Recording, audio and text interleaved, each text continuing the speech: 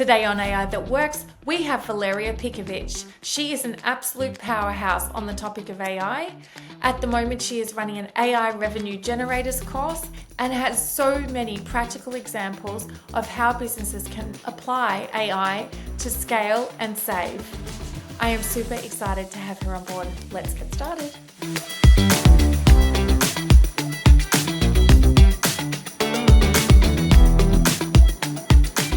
Thank you so much for being here today. Thank you. Thank you. Thank you for having me. My pleasure. And I just wanted to talk to you. Obviously, we know that there is so much going on in the AI space at the moment, and you have been across it for quite some time. And so, for our listeners, I would love you to take them through a little journey of how and why AI.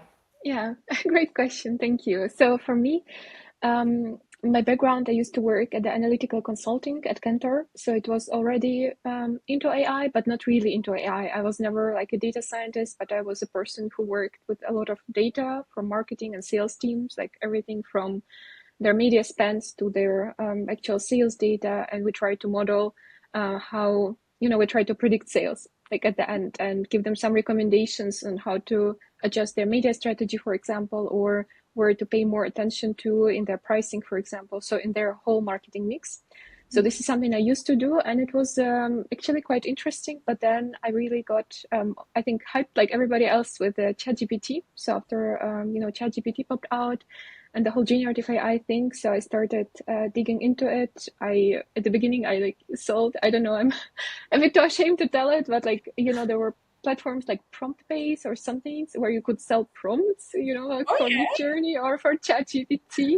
Now it seems so fun, right? But back then, I mean, I used to make a couple of $100 a month just selling this Good at the on very you. beginning.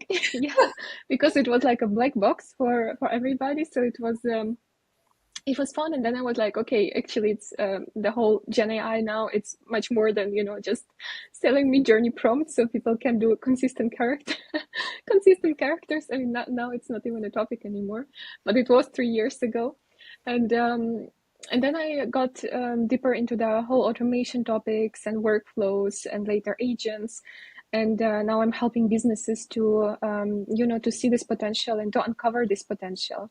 So also just for background, I live in Germany, and I don't know, it's my personal feeling that Germany is a bit slower in the whole adoption of technology. Maybe it's the whole Europe. I think Asia or US or maybe Australia are a bit in front. So Germany businesses are very like cautious because there is a lot of doubts and risks and the whole GDPR and data privacy. So they're just like getting on board now, and that's where I help them also to realize the whole potential of Gen AI automations, agents for their business. You touched on something really interesting. So, Australia is, I would say, quite far behind as well. If you look at Okay. what's happening in the Middle East and with Saudi and with, all the American businesses, I feel like adoption is, particularly enterprise level, is quite strong.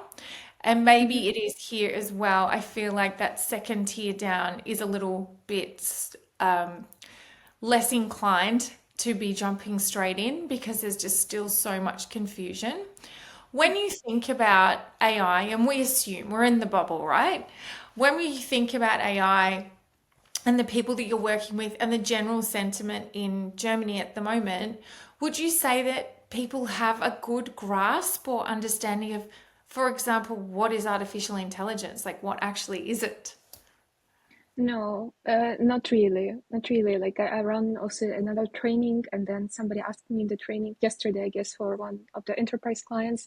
And they were like, okay, what is actually what makes AI intelligent? And then we spent like 30 minutes, okay, not 30, maybe 15, trying to dig deep. And then I was like, okay, it's not really intelligent, it just there are some parts of the AI like deep learning and neural nets that try to, let's say, they work as if the brain works, or they build the same way with these neural nets, but it's not intelligent. It's artificially made intelligent.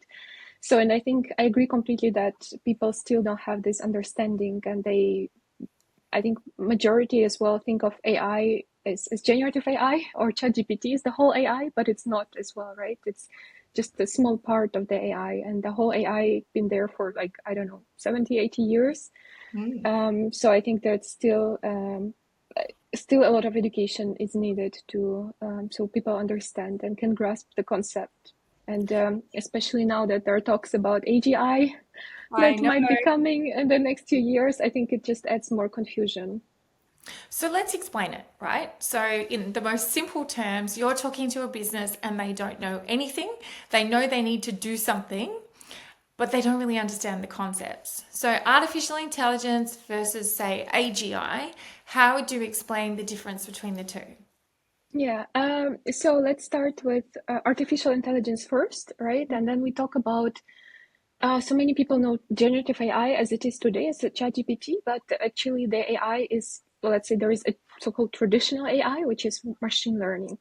And Yeah. machine learning, let's even make it even easier as if we're talking to kids, right? So, or not to kids, but okay, to adults, but in a very simple example, like AI is, or traditional AI. Imagine you try to explain the kids the difference between the apple and the pear, right? Like very simple. When there's a small child, and then you show them, okay, this is the apple. That's how it looks like. It can be red, it can be yellow, it can be green, but this is all apple. And so you show them a lot of examples. You show the kid, and then you show the pear. Okay, this is the pear. It has a bit of a different form, and it looks like that. And it's typically, also greenish or yellowish. And then at some point, kid would, he would learn. He would look at those different two segments, and then he would understand. Okay, this is an apple. When next time he sees an apple or the apple on the tree, and this is the pear, and this is how traditional or machine learning works. So it's trained on huge amounts of data and learns to predict the clusters or to classify these clusters well. So it learns on the huge amounts of data. It's very unimodal, so it's either trained on the images or it's trained on the audio or it's trained on something else, and then it tries to predict. So it's not intelligent, but it's good in predicting, right, based on the data that it has been trained on. Whereas the generative AI, it also predicts, but it can generate. So that is the ability of generative AI. If we talk about the day-to-day context, think of it like a chef, and or maybe if you love cooking yourself, then you first try a lot of recipes, and then you go then you cook by following this recipe. But then at some point you can create something by yourself because you've done enough recipes.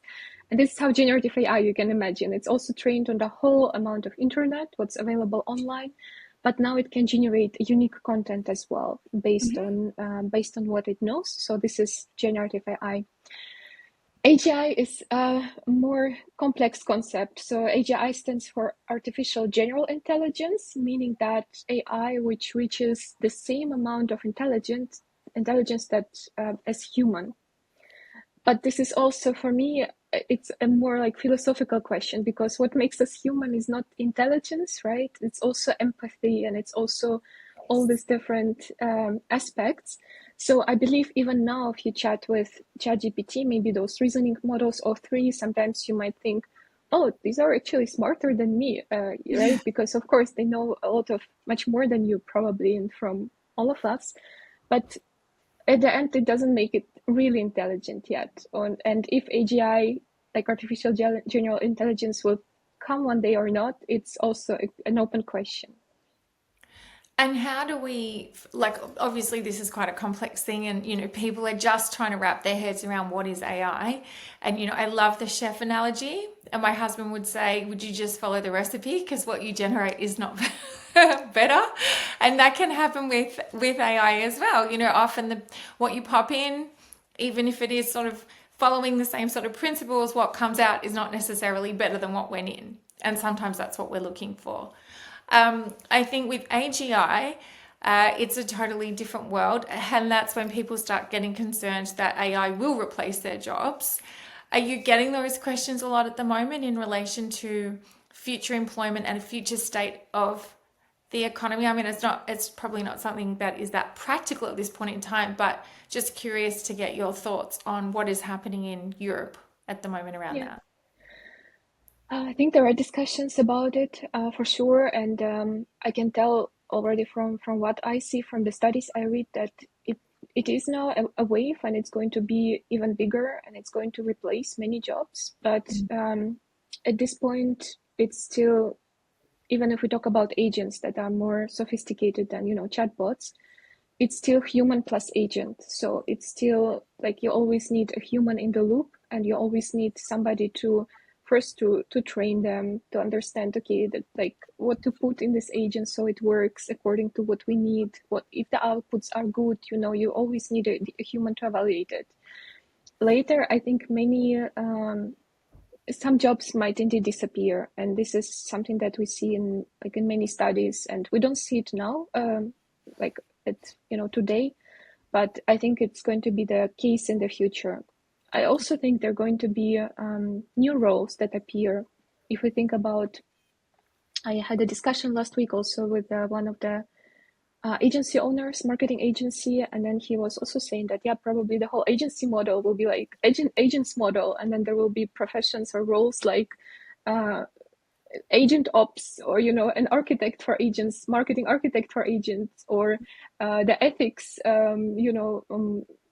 ethics ops, or whatever, like those different roles who would be responsible to run those agents and make sure they fit the brand guidelines, and they fit the voice, and they fit everything that and the data is correct and proper, and so on. So I think there will be more new roles that are appearing, but there will be some that will disappear as well at some point. Just on that, I was listening to something the other day about where will agents live. So obviously they're synthetic workers, or not obviously, but they are synthetic workers, and they need to be trained, and they need to be professionally developed, and they need feedback to become better. And what you put into them, like training an employee around your business and what you do, and how you train them obviously makes their output as strong or as weak as whatever you give them. In your mind, where do you think agents will live? Will it live in the IT department? Will it live in what department of, say, a bigger business? No, definitely not IT. I think it will live right alongside the normal business workers. So if you're a complete non-techie, you're going to work with an agent, because it's going to it's going to be made simple for you, right? Like ChatGPT, right? Before, nobody was talking about artificial intelligence, but then ChatGPT suddenly made it all so accessible that you just start talking to it in a natural language. And it's Yeah. going to be the same with agents. Of course, the people who develop those agents, it's going to be a bigger also involvement of different stakeholders, tech teams and business teams. But at the end, normal employees will be talking to the agents as well and working alongside them. And customers, obviously, as well, will be talking to an agent. So it's not going to be kept in the IT department. It's going to be, like, as mentioned, working alongside the business teams, marketing teams, sales teams, customer support teams.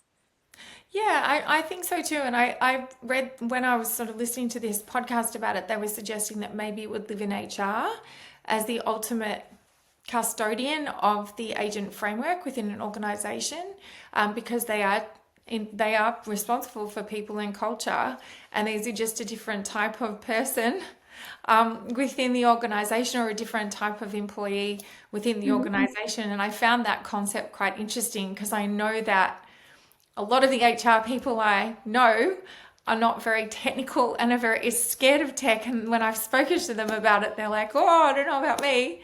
But it'll be interesting to see how that change management happens within these bigger organizations. Yeah, absolutely, absolutely. And as mentioned, there will be also departments who will take care about this rollout, I guess, in the bigger organizations. But then it's going to be made so easy for HR teams, for marketing teams, for sales teams to use them and talk to them, and even modify them by themselves. And actually, what we already see today, I'm doing also trainings for corporates. For example, they have Microsoft Copilot, right? Like with many corporate organizations.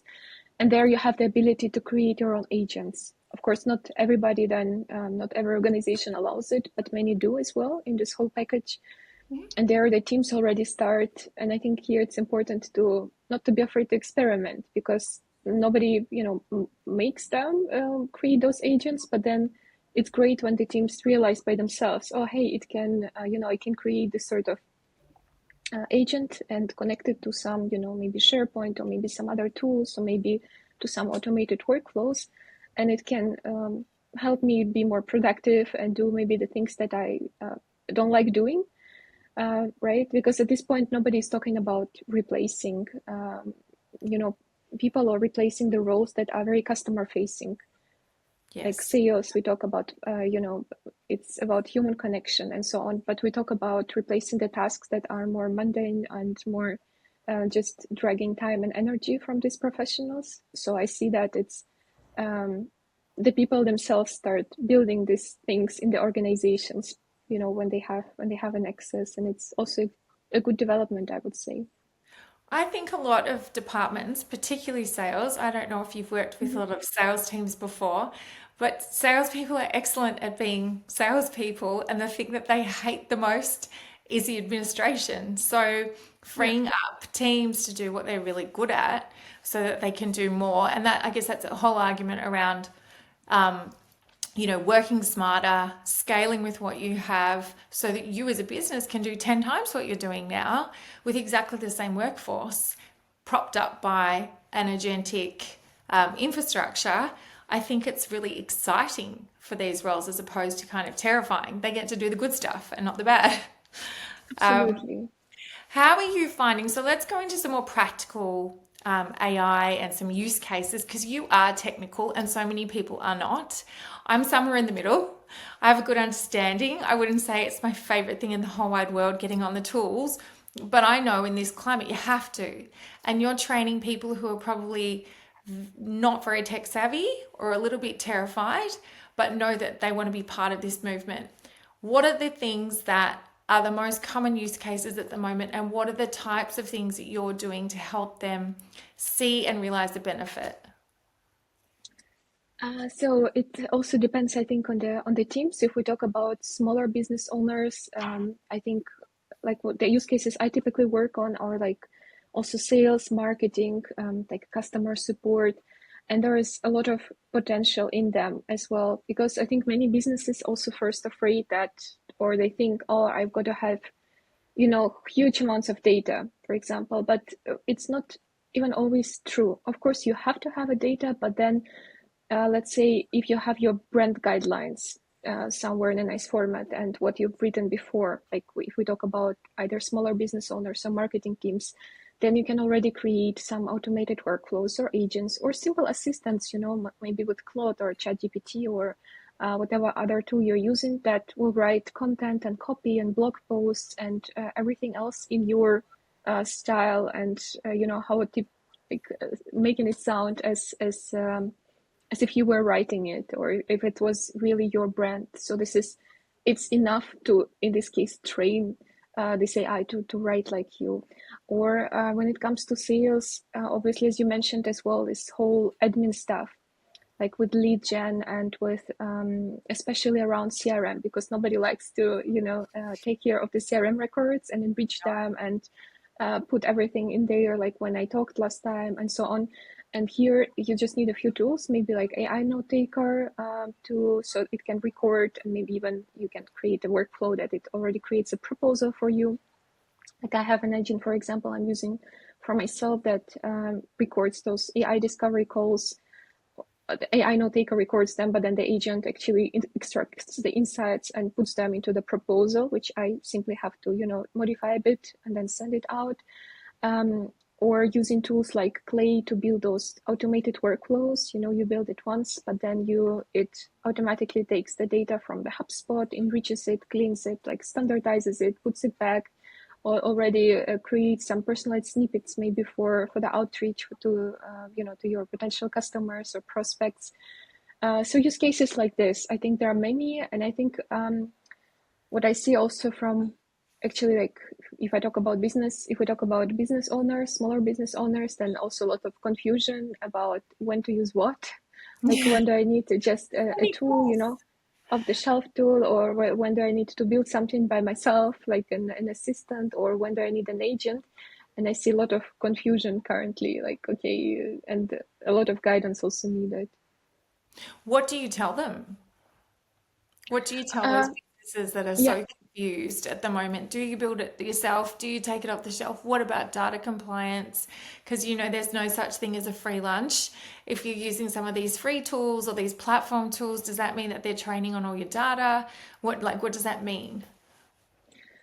So it's yeah, it's a great question. And for example, obviously, if we talk about just normal large language models, right? If you talk to chatbots, there are some that are more ethical or compliant. If you think about different ones like Claude, it does not train on your data. In ChatGPT, you can turn it off. If you use enterprise features of either of them, it won't be training like ever on your data. It will be very secure.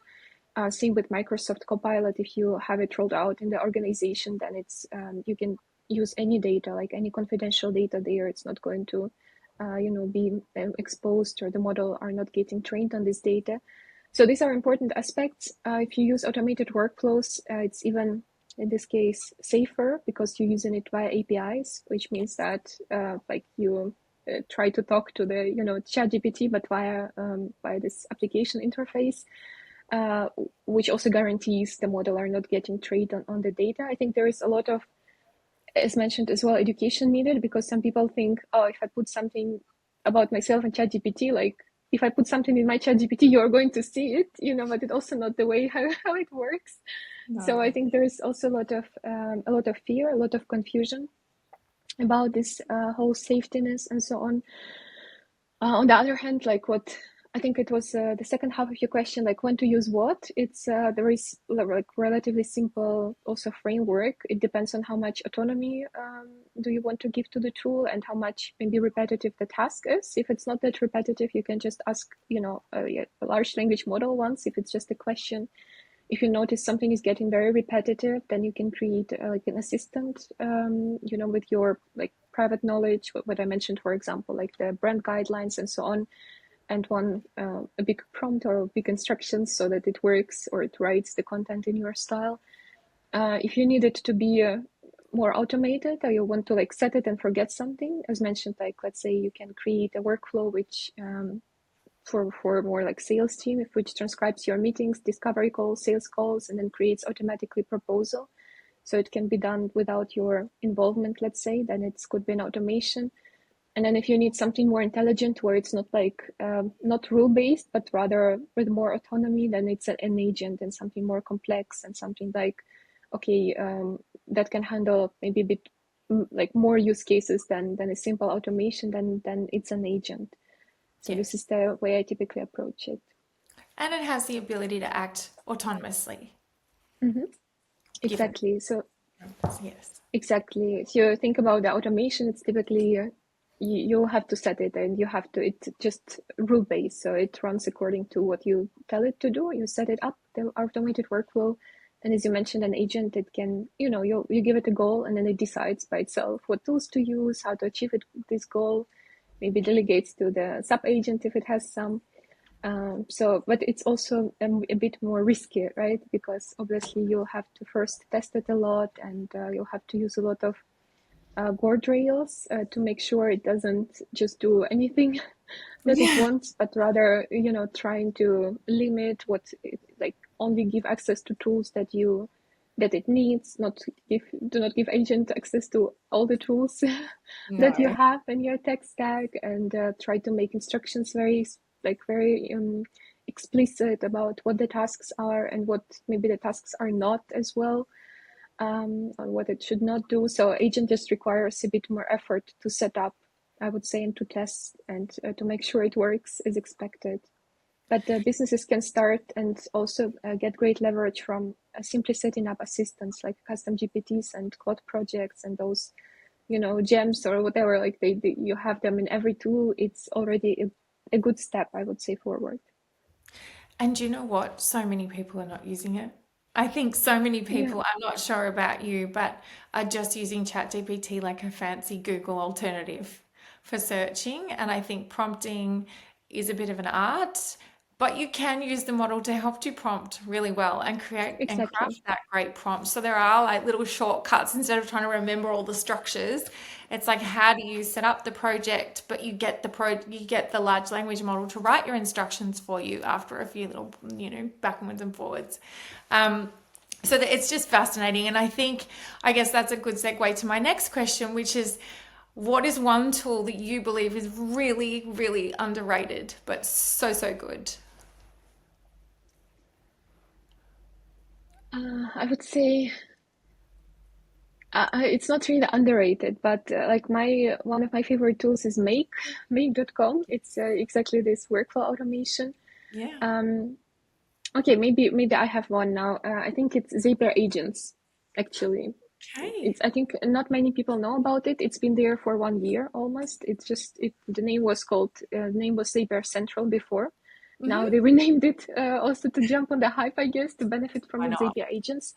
Yep. And why I think so? Because I think it's very easy to set up for, especially when I talk to business owners, smaller business owners who have the flexibility to use the tools that they want to use. Yeah. Um, it's as easy as like doing a custom GPT, Mm-hmm. but it has access to your tools and it works on autopilot.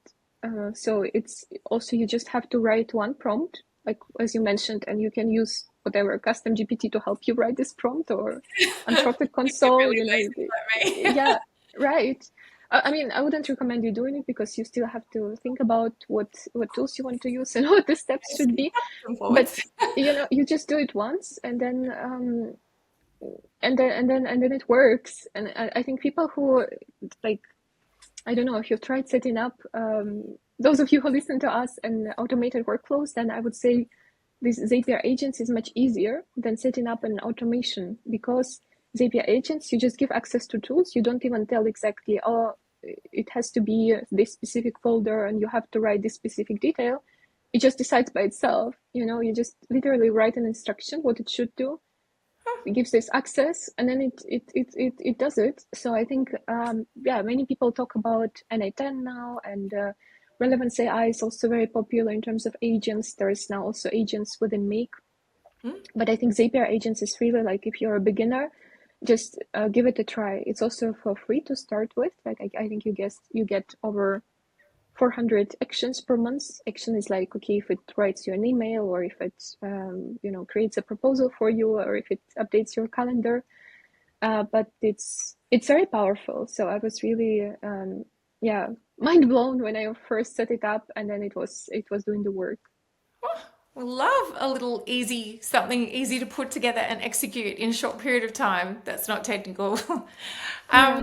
is that the one that you were demonstrating? And I'll put it on the link afterwards, but was that the one you were demonstrating on LinkedIn the other day, or was that the new Claude connecting to all the different tools? I think it was a bit different ones. So this is like Zapier Agent. I've built this one for sales. On Okay. LinkedIn, I was doing, I guess, for content creation. You might have seen, right? Where it I think it for was with doing something relevance. Yeah. with inbox. No, it was doing something with your inbox, and you enabled Claude to connect to your Gmail and connect to a whole lot of Ah, things. okay, okay, okay. It was behaving like an agent. No, no. So this was what I was showing. So basically, for all of you, now you can connect Claude to your like already now to your Gmail and to Google Calendar, but it's you can connect just to Claude Chat. Basically, you connect it once, and then every time you chat, just start a normal chat with Claude. You can say, "Hey, retrieve me my emails," or analyze my Google Calendar and tell me how can I improve my, or what are two meetings that take too much time of me and what can I do to improve my, I don't know, habits, meeting habits. So you can do it. And the great thing about it that you can connect, it's not Zapier agents, it's Zapier MSP.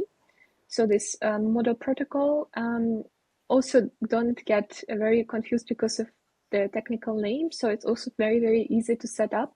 You Hmm. literally go to the Zapier MSP and you choose, okay, make a connection, and then you choose Claude, and then you choose with which tool in your tech stack, Zapier has access to over 7,000 tools. So probably like there's 80% that your tool that you use will be Be in there there. somewhere.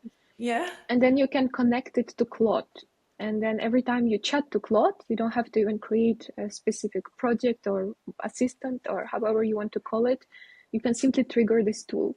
I mean, it's amazing. It's like, and in Claude, for those of you who don't know, you can do this so-called artifacts, which means that you can imagine you connect Claude to your CRM, like HubSpot, and then you ask, hey, retrieve me the data from HubSpot and make me an interactive dashboard, with all my leads and clients. I mean, obviously you can do dashboards also in HubSpot, but then Claude can do it for you as well. And then you just have all your data, neatly visualized. You can, play around, do the things, brainstorm about it.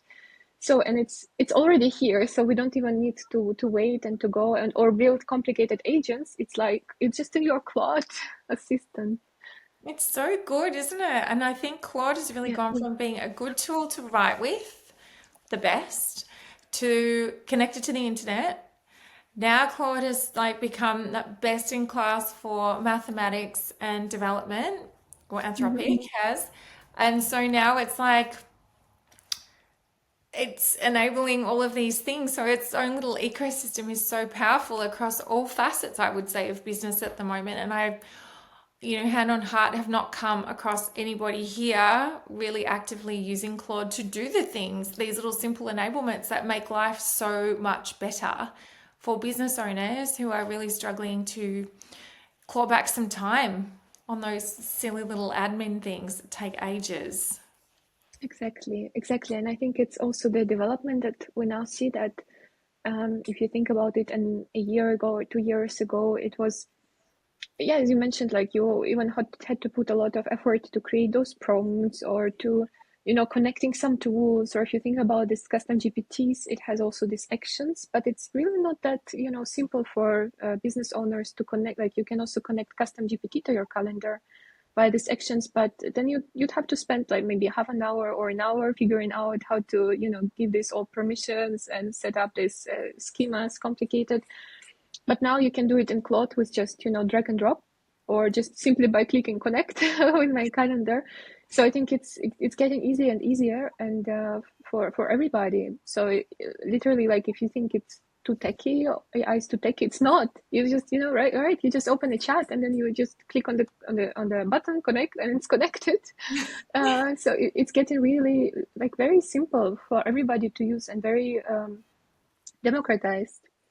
And And I even I just sorry, I just wanted to. It was in my mind that even like a bit more advanced platforms like Relevance AI, also to building agents or teams of agents, you can also start with describing in a natural language what you want your agent to do, and it makes a setup for you. So you just have to tweak it a bit, but then it already writes you a prompt, and it already connects all the tools, and then you oh, just have to tweak it. So it's literally, you don't have to be like technical at all to do it for your business. this is with Relevance AI. Yeah. Huh, that's good. I might Yeah. give it a go myself. I've got plenty of Yeah, ideas. absolutely. Absolutely. If so, I've got a whole lot of questions. This is so good because you're very practical because you've obviously had the hands-on interface with so many different businesses that are all in the same boat. They don't have time either to learn. They're Yeah. too busy trying to run their businesses, so they want the time saving, and they love and are terrified and are overwhelmed about what AI can bring to them. At the same time, it's like going to uni sometimes, or learning something that's so outside your comfort zone. So developing when you don't really even understand the concept. So the fact that there are things like Claude, like Relevance AI, and some of these other platforms that it's just, or API agents, that it's just like a little connect and off you go, I think is so fantastic. And we should group them all together as like a little checklist of the kind of easiest low Yeah. tech entry points that are super Yeah, powerful. absolutely. Okay, I know you got time restrictions, so let's throw out a few more. If you were on an island that had Wi-Fi and you had to take one AI product with you, what would it be? ChatGPT. I Fair mean, enough. it's I know. I mean, I talk about agents and advanced stuff, but literally ChatGPT is just like my best friend. And I think there's already And I think there are so many memes about it, like, like all the things I went through with ChatGPT, like, but literally like I feel sometimes it knows me better than me at some point, And it's so Yeah, nice. It's like you're yeah, doing a really good job, and you're like, thank you. yeah, right, right, as well. And sometimes I get really frustrated if I cannot set up some automation, so it tries to, calm me down. And yeah, and I even like it was very fun like a couple of months ago where there was this new feature that now ChatGPT can reference all the conversations and remember like everything. And I was like, oh my God, it's like a new fear unlocked that somebody gets access to my ChatGPT. They're going to know I like all my know. life, all my secrets, all my like personality. So Oh, I think, yeah, I mean, apart from all these agents and business gains, but just, ChatGPT, it's like, I don't know if there would be no ChatGPT or Claude tomorrow. I don't even know. Like, first, I don't have a business. Second, I think I'm going to be lost. I mean, we are laughing. It's also a bit of a challenge, right? Because just imagine it's just 3 years and how already now we got so much, uh, you know, mm, drawn dependent. to these tools and used to these tools to have all this Gen AI around us. Yeah, But it's like the internet, it's like mobile phones, it's like yeah, what did we do beforehand? And exactly. I think, on the island, all you need is ChatGPT 4 and you can or 3, do some deep research and off you Yeah, go. it's like, hey, ChatGPT, how can I, find a fire? Where can I find a fire? How can I make a fire? What do I need to do here? Help me Yeah. survive. Thank you. Okay, if you had to create a downloadable product, or if we created something that would really help businesses tomorrow, and this doesn't necessarily need to be on the podcast, what would be one thing that we would build that you think, because I've got lots of ideas, that you think would help people get ready for AI in their businesses? And let's think about kind of, firstly, businesses with Copilot, because I think they're different because they're so restricted, to businesses that hmm are free. hmm Maybe. I mean, it's a question about if we should that we should do something, right? Like this, and as a lead magnet. Maybe like a custom GPT that helps businesses, because also as you mentioned, there are many people are just afraid to start because they don't know where and they don't even think about it, like about this. They don't have this mindset yet. Okay, I can do literally everything with AI, all the processes, all the things that I hate maybe in my day to day, and like I don't know, custom GPT or something that helps them or guides them through, like, ask them, okay, what are the things that you don't like, do what are the repetitive things in your day to day, or what are they, just like just describe all the things and help you figure out where there is potential for AI, whether it's just if there is a tool exists that you can just plug and play, or maybe it makes sense if you have some custom knowledge to develop your own assistant, or maybe it makes sense to automate it, and then suggests and guides them through this whole process so that they have clarity. Okay, and maybe there is this one process that takes me so much time, but it's very important for my business. So what should I do now? Should I automate? Should I create an agent? And guides them like step by step to how to start at least, and suggest the right tools to start with.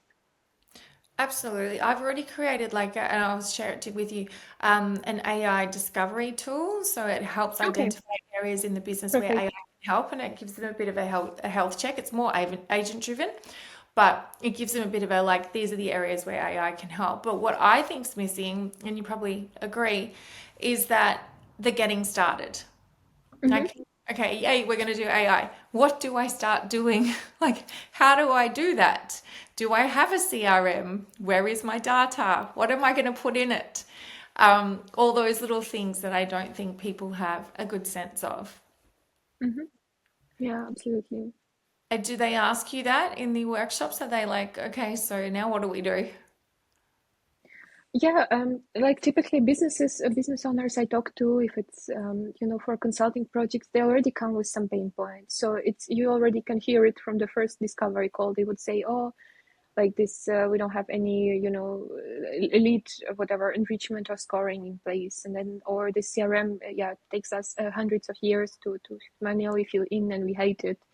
Yeah. Or or we have some, I don't know, problems with this customer onboarding. So every time there is a new customer, we have to create hundreds of Google folders and invite them to Slack and send these invoices, and it's all manually. So they already know their pain points, and that's where you start typically with AI as well. So I mean, of course, you can outsource things to AI that you enjoy doing, but why would you do it, right? I mean, you can outsource things that you hate doing, Yeah. or that takes just a lot of time and are too manual for you, so you can focus on things that you love doing in your business. So I think businesses, they already know their pain points, but they don't know how to put it into a solution. So that's exactly the problem. Or again, like, what do I then need? As you mentioned as well, like, do I need clean data? Do I need even data? Or maybe I can just start without the data and do some first steps just by connecting two systems with each other. And I Yeah. think that's where they have complications. I think mapping their tech stack, the first instance, like what are you using and what Mm-hmm. for, and why doesn't anything talk to each other? And then kind Yeah. of as an automation, I feel like it's funny that automations and AI and augmentation is all like in the same bucket, but they're actually quite different. And some Yeah. are quicker wins than others that have been around forever. But Yeah, they're I know. birth. I know. It's like I read from somebody on LinkedIn recently. It's like it was a bit of a controversial post, but it was saying that the person was saying, "Hey, I hated this AI automation hype now, and everybody like sales reps and so on jumping on it for the whole job or the whole things that they had to be doing like already last 20 or 30 or 40 years, automating this manual stuff." And they're just jumping on it now because of AI. It has nothing to do with AI. Like, you just didn't do your job, 10 years ago. Now you want AI to help you. I mean, you could do it already forever. It's exactly about this, like, automating this sort of things. Yeah. Yeah, I think everyone's just been acquiring platforms for years, and now it's like, okay, now we will automate them, and that will be the foundation of the agents and everything else. Perhaps that efficiency play is now coming into focus, I think, a bit more. Yeah. Um, I know you've only got 10 minutes, or do you have to go now? Are you okay to keep going? No, I'm fine. I'm fine. Okay, let's go. All right, which departments? I know you're working across a whole lot of businesses, but tell me which ones are coming to you at the moment who are most keen on AI, and where do you see the biggest ROI for them? So for as a consultant, I work typically with smaller businesses. So I would not say that there are like even departments there. I typically work as a trainer with bigger corporations, and even like for the programs like No Code Builder as well. So even like some corporations now, they either use, even as Microsoft, like Copilot, you can also do this Power Automate stuff, or make some organizations have give access to them. And it's definitely like sales, operations, marketing. So I think that's like three top departments I work with, maybe also because I have more experience with them in the past. But like, I don't work with HR, for example, and I Yeah. don't work with finance, although they have huge potential as well. So I wouldn't just say, oh, it's just marketing, or because obviously across the whole organization, or learning and development, huge potential for AI, like L&D team. So I would not say it's either or. I would say all of them can benefit from HR. It's just like my focus was mostly also in a consulting, focusing with smaller business owners, and there it's also always sales, sales, lead gen, marketing, content creation, some customer support. So, and the use cases are endless, right? You can do so many things there. What's your favorite use case? What's the one that you're just like, oh, just roll that one out again? Maybe I did. It was actually once I did it in a cooperation with another partner, but it was a great one. So it was voice AI. Actually, I'm not a super expert with voice AI, but I was doing the consulting for this client, and then it was just screaming this use case for voice AI. So we decided to do it as well. So the case was that it's a small business, and in B2B, and they have like the client was just blocked the whole day, the whole week in jumping in a demo calls. The product was not very high value, high priced, but still people wanted to do demo calls first before they decided to jump on this SaaS.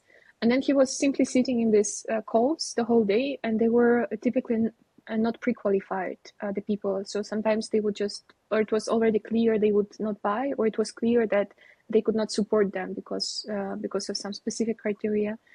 And that's where we said, okay, let's do voice AI. So everybody fills in the form on the website, or they cannot book directly the call, but they fill in the form, and then the voice would call.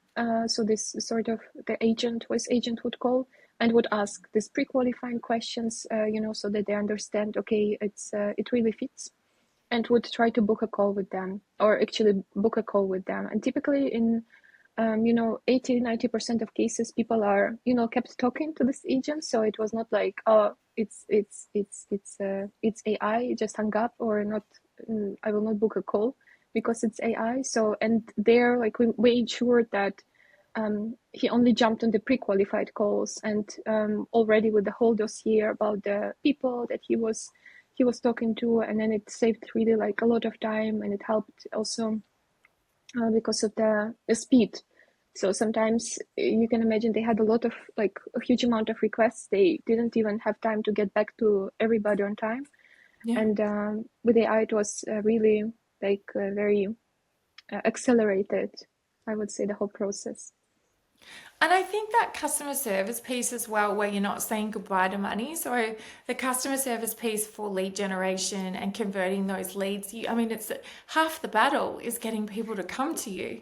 To not Exactly. service them is like, what are we doing here? And then the next part is, the customer experience. People don't want to or don't tolerate that kind of an experience anymore. So Yeah. whether it's sales or whether it's customer service just generally, I think the voice agents have such a big and important role to play. Absolutely, and they now sound so natural. Like I was I also know. doing, I was speaking and I was demonstrating it to the audience in real life, and then some people were approaching me afterwards and like, was it like pre-recorded? I was like, no, I was literally talking in front of you to an AI. I wasn't talking to a human. Like I was talking to AI. Are you kidding me? They didn't believe me, and yeah. I've started doing a demo with a phone number. So I'll be like, here, call the number, and then I give them the phone, and then they start having a chat, and they're like, oh my goodness, it sounds so real. It discloses that it's an agent. But I think once people like get over that hurdle, expectations are well managed as well. So if it is a bit glitchy, or if there is a pause, or it says something really weird, you still, it doesn't say weird things, but if it can't answer the question, then at least you know that there's an escalation point to a human. It's just saved a lot of time in between. Exactly. I'll ask one more because I know you've got to go.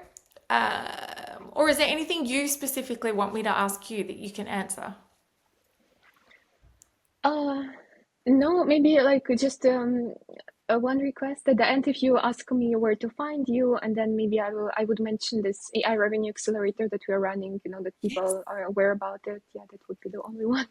Yeah, of course. And we'll have it on the website as well. So there's Oh, going to okay, be, perfect. so I'm doing an AI Okay, economy. then don't worry. No, but let's talk about the training for a sec. So I know that you're doing the AI Revenue Accelerator. Why don't you take me through a little bit more about what people can expect? And, do I need to be in Germany? Do I need to be in the same time zone? Where do I need to be? And how do I get involved? Yeah, so thank you for the question. Indeed, we launched this week. So it's a 6-week program, but it's going to be recurring. So we're going to relaunch it monthly for small business owners, established business owners who who know they need AI in their business, who know they need systems, not just ChatGPT, but rather systems that work, but who don't have time to learn and go through all the YouTube videos in 1 year of time by themselves. So it's like an accelerated program. And we go through 6 weeks. So through starting from foundations, exactly topics like how to identify use cases, like where everything fits where, like where is their assistant time, where's the off-the-shelf tool time, where's the agent time, how to calculate ROI, how to develop this, different systems. So from the foundation, how to choose which is the right one for you, because based on, ethical criteria and safety and so on.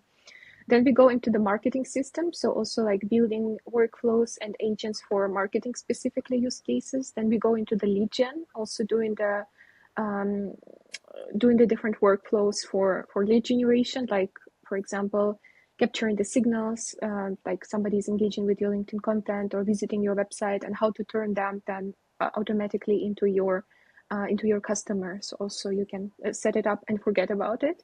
Then we go into sales use cases, into customer support, and then we go into the personal productivity. So also like agents for your email or calendar inbox, and how you can use the tools that you have to maximize your personal productivity. So this is what you can expect, and it's like a full-fledged program with live sessions, with on-demand courses, with materials like plug-and-play agents that you can also do with the tools that are available that we mentioned today, like Make and Relevance and Zapier. Yeah, so that is something that I'm very excited about. Fantastic. And how's it been so far? What do you feel like people are learning most about as they've started on their little journey?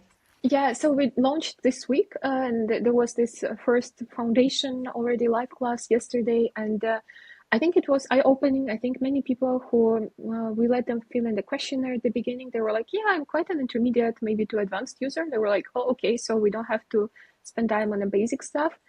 But then we realized yesterday, okay, it's not like what people think that they're advanced. Maybe it's not exactly 100%, because many things were very new to them, like even the artifacts in Claude, or when they use assistant versus when to use automated workflows, and how AI fits into the automated workflows. So many things were, I think, still eye openers, or how to use different custom GPTs and stack them together in the same workflow. You cannot build really teams of custom GPTs, but sort of you still can build individual ones and make them work together in the same chat. So there are many things that you can do with even basic tools that can add up to your productivity and business.